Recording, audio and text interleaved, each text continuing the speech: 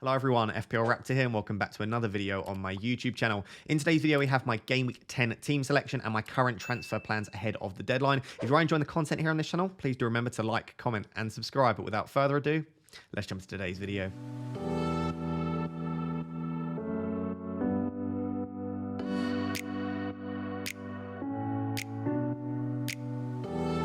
So guys, before we jump into the video, I just wanted to give a massive shout out to Ultimate Champions, who, as you know, have partnered with me here on this channel. Ultimate Champions is basically new generation fantasy football with a mix of like FIFA Ultimate Team and trading cards. It's a game I've been playing religiously for months now. I absolutely love it, playing it every week. And I just wanted to show you guys my latest collection. So over the last few weeks, I've really fleshed out the club and I've actually got 6 epic cards now. This is a mixture of rewards and packs, and I've actually managed to pack recently Fabio Vieira and Kieran Tierney. So I've picked up 2 players from Arsenal. At the moment, sort of hit and miss, not definitely in the starting 11, but Fabio Vieira in particular, I'm very excited about because I think he is someone that could break into the starting 11 very soon. Of course, he started a few weeks ago when Erdegaard was injured, picked up 185 points, which was massive. You can see here the point scoring system at Ultimate Champions is so much more advanced than it is for something like FPL, which I think is just another string to the bow and why I enjoy sort of picking my players each week so much. And the other thing I wanted to look at is actually picking up Fabio Vieira on the transfer market, on the marketplace. If you wanted to buy him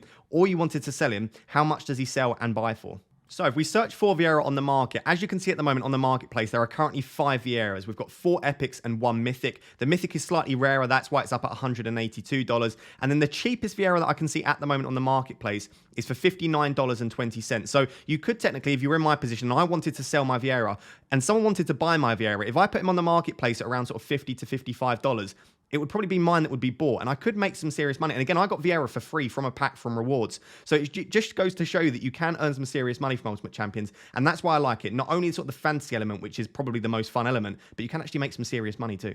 So I just want to finish by giving a shout out to those that are smashing it in the league at the moment. This is my private mini league. So if you'd like to join my mini league, as well as a link to join the game down below, there will be a second link to join my league. Please feel free to join. It's completely free to join, completely free to play. You can compete against me every single week. You can see my team every week, and hopefully you don't beat me, fingers crossed. I just want to give a shout out though. Civilized Gunner in first, Hazard 10 Goat in second, Tobias in third, you 3 are absolutely smashing it. Shortly behind, we've got Gogsy and Gima. If I scroll down, I'm actually 12th at the moment in my league for the season average. So I'm not doing great, but I'm expecting to turn it around this week. Please do join. It supports the channel, but it's also a cool game that I've been loving for months and months now. So guys, very briefly, just going to review Game Week 9, and it was a very good game week for me. So it was 119 points all out. I've gone from 23k to 578, so into the top 1k, and I wouldn't have dreamed of this start at the start of the season. Even in Game Week 9, I wouldn't have dreamed to go from 23 to 578.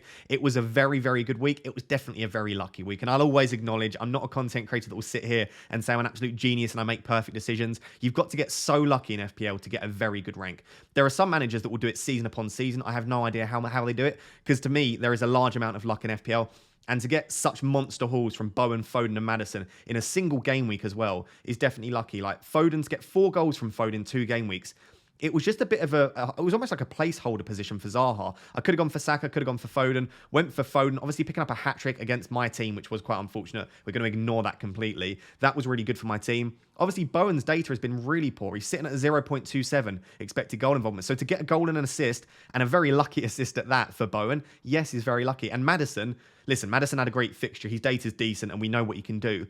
But his XGI suggested that, again, he was quite lucky to pick up an 18-pointer. So, yes, I will admit the team it was very lucky. But I am also happy with the decisions that I made on my Game Week 8 wildcard, because I received a fair amount of criticism from some, not all. Again, most of you are very nice about it, but a bit of criticism for Bowen, Foden and Maddison. But I said, especially with Bowen and Maddison, they showed good data last season. We know how good they are. They're talismanic. Bowen could be on penalties. Maddison's on a lot of set pieces. For those reasons, I just fancy putting them in my team with the fixtures coming up.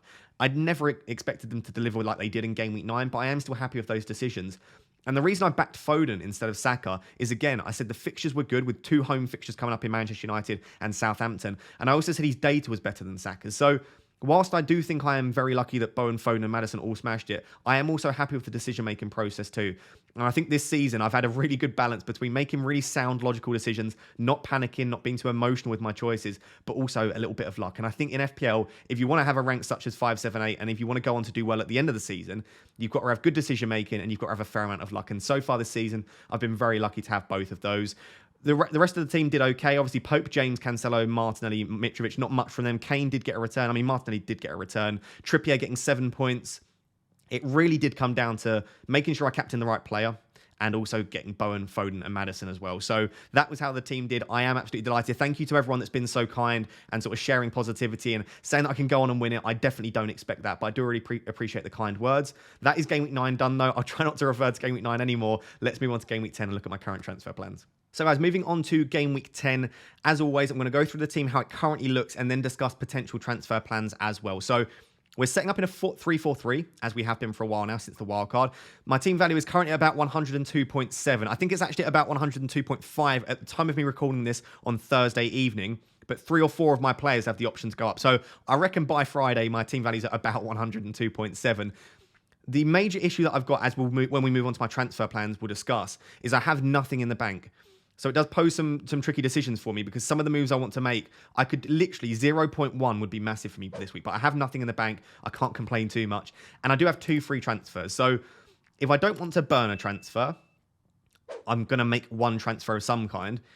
But something that I think I've done quite well this season, again, earlier on in the season, is I've not made changes for change's sake. And just because I've got 2 free transfers, I probably won't burn one, but I'm not going to necessarily be like overly aggressive. I'm not necessarily going to want to change my starting 11 too much.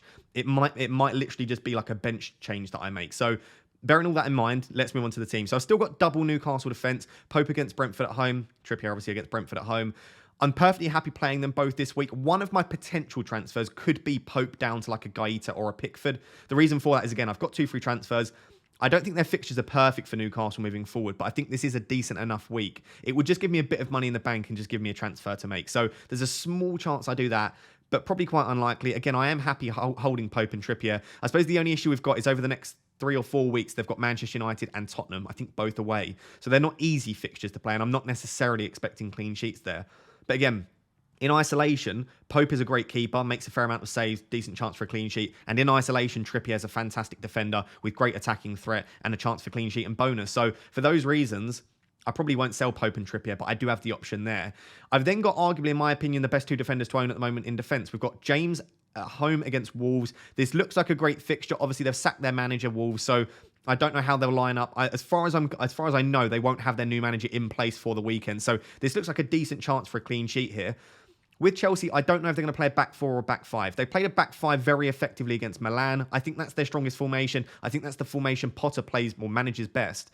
The issue we've got is that Fofana looks like he'll be out for 3 to 4 weeks now. So they can either switch to a back 4, which would mean James at right back. They can push James into right centre-back, which really wouldn't be ideal. They can push Cucurella into left centre-back. They've got lots of options, basically. I don't know if they're going to line up in a 4 at the back or a 5 at the back. As long as he's playing right back / right wing back, I really still like him. The only position I don't want him in is right centre back, but I just think you've got to play him anyway. Great chance for clean sheets.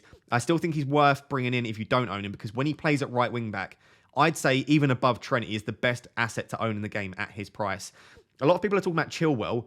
If Chilwell starts at left wing back, I absolutely love him. I think he's as good as James, maybe slightly lower, but as good as James a lot of the time. He's got great goal threat. My issue with Chilwell is if Chelsea play a back 4, I think Cucurella is more likely to play at left back. I just think he plays that role better, whereas I think Chilwell's a better wing back. So I would maybe, it would be a bit of a wait and see for me on Chilwell, unless you want to take that risk, because it is high risk, high reward, to be honest. But anyway, I'm perfectly happy holding James in my team. Cancelo, a few weeks ago, I was tempted to maybe sell Cancelo. The reason I say that is his attacking threat hasn't been as high this season.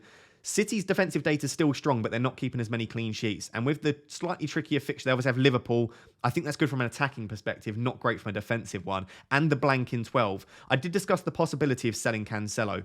The reason I'm now reluctant to do so is, of course, this week he plays against Southampton. But in general, Walker is now injured up until the World Cup at the least, maybe missing the World Cup, which means Cancelo is virtually locked on at right back. Now, he can play left back with someone like a Stones at right back, etc. But I just think that Cancelo at right back is a different beast. I think he's so much more natural. I think he's more attacking. I think he'll get to the byline. He'll get you more assists. I think he's better for bonus points. Just generally, this is eye test and statistics. He's better at right back. So for me, I just can't see myself selling Cancelo at the moment. I think Southampton at home, arguably, if you're not going to captain Haaland, Cancelo could be a decent captaincy shout if you want to take a risk. I would just captain Haaland, but you've got that option there. I definitely won't be selling him this week. I think he's one of the best assets to own for the upcoming game week. So I'm perfectly happy with the defence. I think it looks really strong. As we'll see when we move on to the bench, I've also got a strong 4th defender as well. So no complaints with the defence. Let's move on to the midfield. So moving on to the midfield, of course, these are the ones that were the heavy hitters in Game Week 9, but we're not expecting that every single week. 3 of them are playing at home, and I should add the entire defence is playing at home as well. It's nice to have a lot of home fixtures. I haven't looked massively into the home and away data this season, but generally I feel more confident if my team are playing at home. Let's start with Bowen. I think it's a great fixture against Fulham. Fulham have been decent from an attacking perspective. Not actually great. It's mainly been Mitrovic. But I still think this is a great fixture. I think Fulham are stronger at Craven Cottage than they are away. And I just feel like despite the fact that obviously West Ham are playing in Europe tonight on Thursday, I still think this is a good fixture for them. It is worth noting Bowen is starting that game. So I'm recording this during the West Ham game. Let's see how many minutes Bowen gets. If he gets injured, I'll re-record this anyway. So let's assume he's not injured. It is a slight worry that he's starting, but it's worth noting he's played 90 minutes in every game this season in the Premier League, apart from one, which was Game Week 2, and he played 84 minutes. So I would still feel confident, even if Bowen plays 90 in Europe, that he's going to start in the Premier League. It's just whether he gets a slightly early sub. But in general, I think it's a really strong fixture. As I said, Bowen's data is not good. It's still sat at a 0.27 expected goal involvement. So Bowen is still a bit of a gut feeling pick, but I just think that little sort of a goal and assist might give him a little bit of a boost. Of course, he wouldn't have actually got the assist probably in the Premier League. I don't actually know the answer to that. I think it's just an FPL assist, but the goal will give him a little boost. And I actually think he looked really good against Everton in Game Week 8. He looked fantastic in Game Week 9. I think Bowen will go on a streak now of maybe getting a couple of returns. I think he's a very streaky, confidence-based player. And I think last season, he just built on that momentum. So hopefully we can see something similar here. Remember, he's got Liverpool in Game Week 12. So I think it's Fulham, Southampton, Liverpool.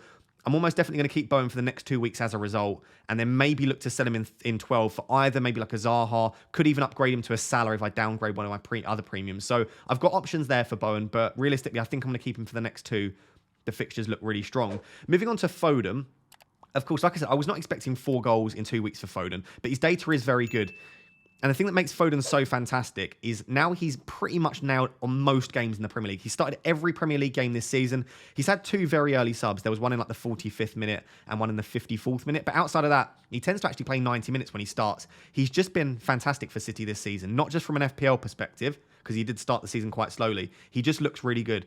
And the reason I'm so happy to own Foden now, in comparison to maybe earlier in the season, is Grealish looks so good on the left that I'm pretty sure Grealish will start most Premier League games on the left. And if he does, Foden's going to start on the right. And from an FPL perspective and from a goal-scoring perspective, Foden is significantly better on the right. He doesn't play quite as wide. He cuts in a little bit. And I think what we get is Grealish hugging the touchline quite a lot. He drops a little bit deeper. And I think we're getting Foden in the box more. Foden's getting more shots in the box. Foden's getting more touches in the box. He's almost like teaming up with Haaland. And a lot of the time, again, this is a bit of an eye test thing, not necessarily the statistics. You'll often see Haaland and Foden in the box, and you'll see De Bruyne and Grealish hold a little bit deeper. So I'm liking the positions Foden's picking up. I think this week it's a great fixture. He was rested/rotated in the Champions League, which I think sets him up for another start against Southampton. And I just think he looks really good. So I know a lot of people are asking about, can you bring in Foden? I do think you need to consider Game Week 12, but for me, it's not necessarily worth sacrificing owning a great player against Southampton and then Liverpool, who have been shaky defensively, and then a great run after 12, obviously from 13 onwards for those 4 weeks before the World Cup. So I think, yeah, you can bring in Foden if you want to. Just bear in mind that you don't want a terrible team in 12. Like I said, I don't think it's necessarily worth sacrificing your team to put out a perfect team in 12, but I don't think you also want to put out a terrible team. So you need to, it's team specific. If you've already got 4 or 5 players that have tricky fixtures and blanks, maybe you just wait a couple more weeks on Foden. But of course, if he continues to return, he's going to continue to go up in price as well. Moving on to Martinelli, similar sort of story with Foden. Yes, they've got the blank, but I don't want to sell either of these players at the moment. And I think Martinelli is arguably still the best value at that price. Frustratingly for wildcarders that went for Sinistera, if I was on a wildcard, I would put Sinistera in my team. I thought he was maybe the only alternative that I liked to Martinelli. Maybe a Harvey Barnes, but of course he's more expensive. So I think if you've got Martinelli now, and you can get away with benching him in game week 12, I think you do. They've got Liverpool, then Leeds. Right, Leeds is still a good game. Liverpool's a good game for Martinelli, to be honest, with the way they're defending.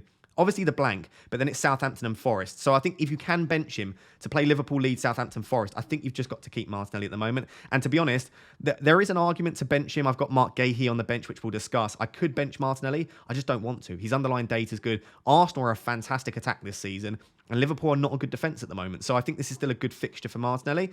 Just to finish with Maddison, there's not a lot to say. Of course, we brought him in for the Forest and Bournemouth fixtures. He looked so good. Leicester looked a bit better.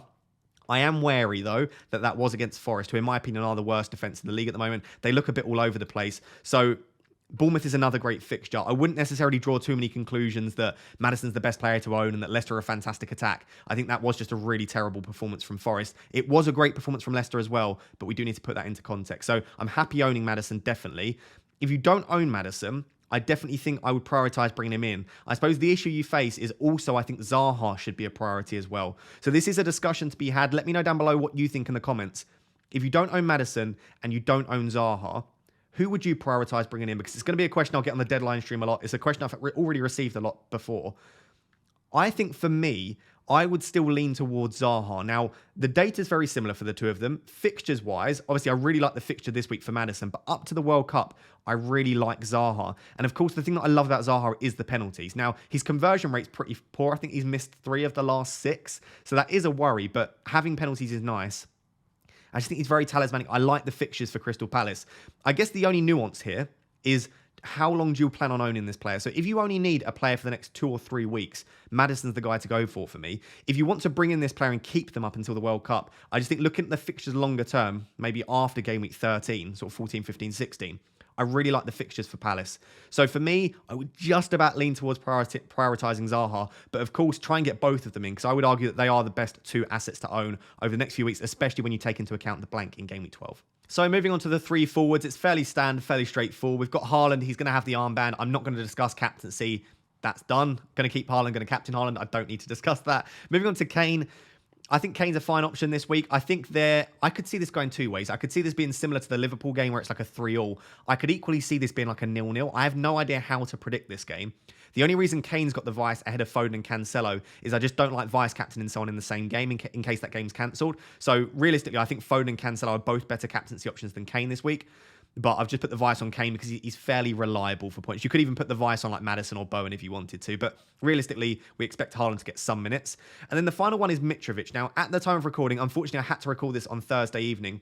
I don't know the extent to Mitrovic's injury. Marco Silva's press conference is on the Friday. So at the time of you watching this, you may already know. So I don't want to discuss it to death, just in case you already know the information here. If Mitrovic is fine / only injured for 1 week, I'll probably be keeping Mitrovic. Now, that's not dead cert. I may or may not let you know on the deadline stream. We'll discuss that on the stream. I think if he's fine, obviously I'm going to keep him. If he's out for 1 week, I might want him for the Bournemouth fixture in 12. And I don't feel like I need to, in 11, I should say. I don't feel like I need to rush him out my team. I still feel like he's arguably the best sort of budget striker we can own. So it really does depend. If he's out for 2 or more weeks, I would probably start to lean towards selling him. The issue that I've got with Mitrovic is that I think the only really good option is Callum Wilson. And I've got 0 in the bank. So I would need to make 2 transfers to do Mitrovic to Wilson. So I could do like Salisu down and then Mitrovic up, but that feels like a waste when I'm going to want 2 free transfers for future weeks. And free transfers at the moment are so valuable. And like I said, I think one of the things that I have done well this season is not using all of my free transfers for the sake of it. So realistically, it would be someone below 6.9 for Mitrovic. If he falls in price, it'll be below 6.8. So there aren't that many options. We did discuss it in the game week preview video. So yeah, we'll have to wait on for the press conference news. If he's out for 2 or more weeks, I'll probably sell him. If he's out for 2 or less, at the moment anyway, I'm probably leaning towards keeping him. The bench is really strong though, so I don't have to obviously sell Mitrovic because I think I'd be fairly happy playing Mark Gahey. I think he's got a really decent fixture. Leeds at home. I don't think this Leeds outfit are as attacking as they were under Bielsa. I still think there's a chance they score, but Crystal Palace have got a decent defence and it's at home at Selhurst Park. So I still think it's a good fixture for Mark Gahey. So I could potentially like sell Salisu or sell Pope, bench Mitrovic and start Mark Gahey. I think that's absolutely fine as well. So I've got the option there. Andreas against West Ham away. Obviously, I don't want to play him if Mitrovic is out because who on earth is he crossing to? So he's probably going to stay second sub for me. And then I've got Salisu third sub. Obviously, Man City away. Salisu was a bit of a funny pick. I picked him because he had a decent fixture in 8 and he had a decent fixture in game week 12. No other reason. Obviously, he was dropped in game week 9. I think the reason for that was that he played for Ghana a couple of days before. So I don't think that was due to him not being good enough, but we'll have to wait and see. Maybe I'll ask a few Southampton fans. If you're a Southampton fan watching this, let me know. Was Salisu dropped or was it just because he played a few days before for Ghana in the international break? So those are the 15 players. Just briefly, what am I currently planning? Where do I think my team's lacking? I don't think it necessarily is particularly. Of course, if we get news Mitrovic is out, that's something to discuss. Again, I can play Mark Gahey and drop Mitrovic to the bench. If he's out long term, I could sell him for anyone under Mitrovic's price because I have 0 in the bank. The other options I have, like I said, is Pope down to a cheaper keeper, such as a Gaeta or a Pickford. And then the second option is Salisu to someone like a Justin or a Mings. Because yes, Salisu does play against Bournemouth in 12, which again is a good fixture. But if I'm not sure that he starts, he's got 0 goal threat, and Southampton are average defensively at best. We're sort of talking mid-table at the moment. Maybe there are better options in a Mings or a Justin. If I bring in Mings or Justin, either of them, they've both got fantastic fixtures this week. I then have the discussion to make. If I drop Mitrovic to the bench, do I play Gahey/Mings/Justin? So who do I want to play this week? So there's lots of ifs, buts, and maybes. I really do need the Mitrovic sort of news in the press conference to decide what I want to do with him. Let me know down below in the comments if we've already had the Mitrovic news. What are you doing with him? If he's fine, then I guess we keep him. I don't see any reason to sell him if he's fine. If he's touch and go, I still probably would lean towards keeping him personally because I think he's the best option at that price. So that's the team. Let me know down below what you think of it. Let's now move over to Fantasy Football Hub and look at my potential transfer plans for this week and for future weeks as well. So looking at my team both for this week and for future weeks as well, let's assume that Mitrovic is fine/not out long term and I keep him. I don't know if that's what I'll do. Again, even if he's out for 1 week, I may still sell him. I genuinely don't know what I'm doing with Mitrovic at this stage. But let's assume the team doesn't really change for game week 10. Transfers-wise, let's assume it's a minor transfer like Salisu to a Justin or to a Mings or something like that. Moving ahead to game week 11, the team's not great, right? But I don't think necessarily a lot of people will have a great team. I've got triple City against Liverpool. I don't think that's an issue. Again, I could see that being sort of 3-3-4-4. If that's the case, I'm glad to own Foden, Haaland and Cancelo. And I think those three at the moment are fairly nailed on in that City team. I'd now have, like I said, Martinelli against Leeds. So if you've held Martinelli, this is a great fixture. Bowen against Southampton. Maddison against Palace is great. Mitrovic against Bournemouth if he's fine. Kane against Everton. And then I've got Trippier and Pope against Manchester United, which isn't ideal. I have a decision to make whether to captain Kane or Haaland. I'll be honest, at the moment, I'll probably captain Haaland. That's not due to my rank. That's not due to me being safe. It's due to me thinking that Haaland is a significantly better FPL asset than Kane. Everton have actually been okay defensively. The underlying data is not as good as their actual sort of goals conceded, but they've still been a fairly decent defence. And I could see there being quite a few goals in that Liverpool game. So let's say for now we actually captain Haaland. The team's fine. It's not great. It's not perfect. If I scroll down, I have a decent bench, to be honest. I have the option of Andreas against Bournemouth, Gahey against Leicester, and Salisu against West Ham. So I have 3 decent options. If I don't want to, for example, double up on the Newcastle defence against Manchester United, I could bring in Gahey, I could bring in Salisu. Again, if I bring in Mings or Justin, it wouldn't be Salisu here, of course. But you get the idea. We're fine for game week 11. The option that I have for game week 11, if I want to, is, of course, Foden's got Liverpool and then a blank. So I guess there is some justification here to say this might be a decent time to do Foden to Zaha. Zaha's got Crystal Palace. Zaha's got Leicester. So it's a decent fixture. And then I own him up until the World Cup. And I do really want Zaha in. The issue that I've got is I like the Liverpool fixture for Foden. And then it's Brighton, Leicester, Fulham, Brentford. And I genuinely think from game week 13, everyone's going to want Foden. So do I want to make a transfer to take out a player before a fixture that I like and before a fixture run that I like when I think everyone else is going to want to bring that player back in? I'd rather stay slightly ahead of the curve and just bench him in 12. And yes, it might mean that, again, we'll see in a second, I only filled 10 players. But that's the way I'm leaning, which once again means, unless I want to take out Bowen or Maddison, I don't have a route to Zaha once again in 11. And you might say that Zaha's not essential, but for me, when I look at my team, Zaha's the missing ingredient that I really do want in my team.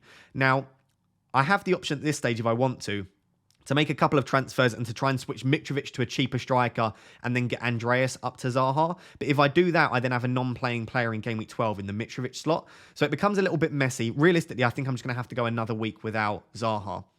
If we move forward to game week 12, it's not going to be a great week. So if we just click the optimize button, as you can do to sort out your team for that game week, it will do its thing very slowly because my internet's very slow. So this is the team for game week 12. It's actually looking decent. Now, remember, if I don't plan on selling Haaland, Cancelo, Martinelli, or Foden, I will only have 10 players in 12. I don't think that's a massive issue. If I'm going to sell one of them, at the moment, it would probably be Cancelo because I don't have as much money tied up if he does fall in price. And I just think that I just really want to keep Martinelli, Foden, and Haaland. But like I said, Cancelo at right back is just a joke for me. I think he's so good, so attacking. And I think City clean sheets over those 4, Brighton, Leicester, Fulham, Brentford, I can see 3 clean sheets there, minimum 2. So I think I want to keep Cancelo. So at the moment, the plan is to hold those 4, only have 10. All of the players that I'm playing are absolutely fine. I think at this stage, I would be tempted to sell Bowen. Of course, he's got Bournemouth in 13, and Liverpool isn't a bad fixture, as we've spoken about. But I think at this stage, I could probably get away with selling Bowen. If I do, I've got 2 options. I've got the option to go to Salah and then downgrade Kane. So Salah in for Bowen, Kane down. or I've got the option to just go Bowen to Zaha. And then what I would do there, let's say that that's the move, I'd captain probably Maddison against Leeds. I would then roll the transfer again to game week 13. The reason I like that so much is, yes, my game week 12 team's not perfect, right? I look at this team, no, it's not ideal. It's definitely not ideal, but it's not terrible. There are some really good players in there. I've covered most of the major bases. The only one I haven't is I've got no Liverpool against West Ham. So I'm really banking on Liverpool not smashing West Ham there, fingers crossed.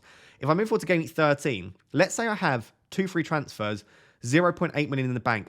I've still got my triple City. I've got Martin against Southampton. At this stage, I've got 2 free transfers to then bring in Liverpool players if I want to, or as I'm probably thinking, maybe try and get Gabby Jesus into my team.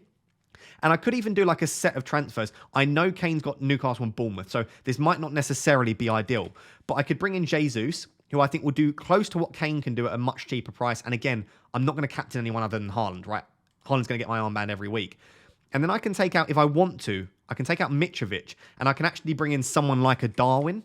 So I've got options here. I'm not necessarily saying it'll be exactly this. It might be Jota, it might be Firmino. I might not want to go near the Liverpool front line.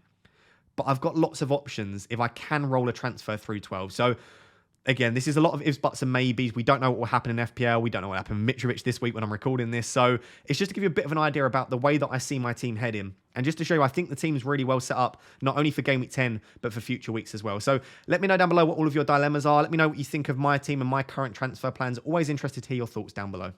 So guys, there you have it. That is my Game Week 10 team selection and current transfer plans as well. These plans can change sort of minute by minute, hour by hour, etc. with all of the updated news that we'll get, especially with the Friday press conferences. So do tune into my deadline stream, planning on starting at 11 a.m. BST on Saturday. That'll be 2.5 hours before the deadline.